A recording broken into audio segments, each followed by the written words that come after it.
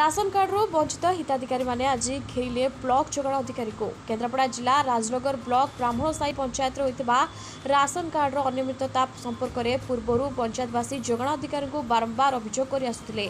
एपरिक उद्देश्यमूलक भाव केतेको ration card रू बाद अभियोग होइथिला।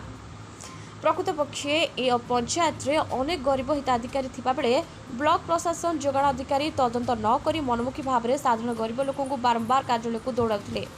तो केतेबेले राशन पंजीकृत साइट खोलु नथिबा बहाना लोक दुर्व्यवहार करने सहित हिताधिकारी को निराश कर फेराउथिले। तेणु राशन कार्ड रू वंचित थिबा हिताधिकारी मन में असंतोष वृद्धि पाइथिला।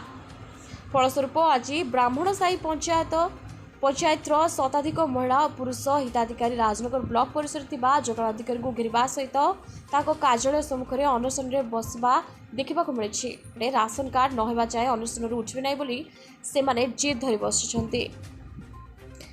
केन्द्रापड़ारू आम प्रतिनिधि नरेंद्र धड़क रिपोर्ट प्रयाग खबर।